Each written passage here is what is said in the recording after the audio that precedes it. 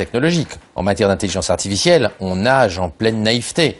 La différence entre l'intelligence artificielle faible, forte, entre Hollywood et la réalité scientifique de ce qu'est le deep learning en 2019 est abyssale.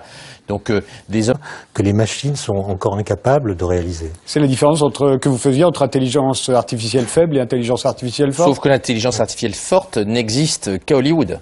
C'est-à-dire, aujourd'hui, la seule chose qu'on sait faire, c'est du statistical learning, c'est-à-dire de l'analyse statistique assez sophistiquée. Si on prend la partie la plus dynamique de l'intelligence artificielle qui est le deep learning, l'intelligence artificielle reste très conne.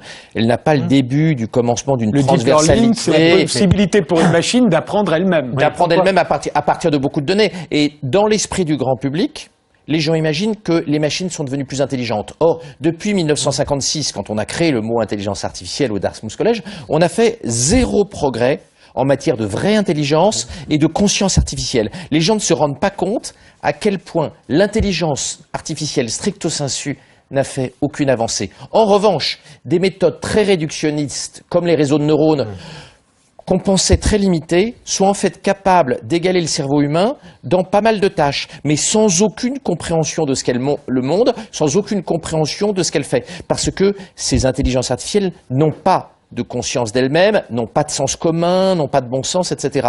Donc on est dans une situation très curieuse où l'IA fait des prodiges en étant très bête et la conscience artificielle, contrairement à ce qu'Hollywood a fait croire au grand public, ne fait aucun progrès depuis 70 ans. Si l'IA est si bête encore, on n'a pas tant de retard que cela. Alors nous, les Européens, face aux Chinois et aux Américains, vous ne cessez de nous alarmer en disant attention, ils ont de l'avance. Si, parce que l'IA dite connexionniste, c'est-à-dire c'est les réseaux de neurones, pour faire très simple, elle nécessite des montagnes de données pour être éduquée. Et là, l'avantage de Google, Apple, Facebook, Amazon et des BATX chinois est absolument immense. D'ailleurs, quand vous regardez dans votre téléphone portable, il n'y a que des géants du numérique et il n'y a pas d'acteurs européens de taille significative. Donc, ce n'est pas parce que l'intelligence artificielle est très conne et que c'est uniquement des analyses statistiques très sophistiquées que nous ne sommes pas en retard. Mais enfin, on dit en effet que l'intelligence artificielle est très bête. Donc elle n'est pas du tout intelligente. Et donc la question c'est pourquoi on l'appelle intelligente? Pourquoi on continue à utiliser ce vocabulaire qui trompe les gens, qui crée des fantasmes, qui empêche de faire les vrais débats, puisqu'on ne sait jamais de quoi on parle? Parce que les 4 fondateurs du mot, en 1956, ont eu une démarche marketing et ils souhaitaient un terme qui allait permettre d'avoir des grants, c'est-à-dire des subventions académiques.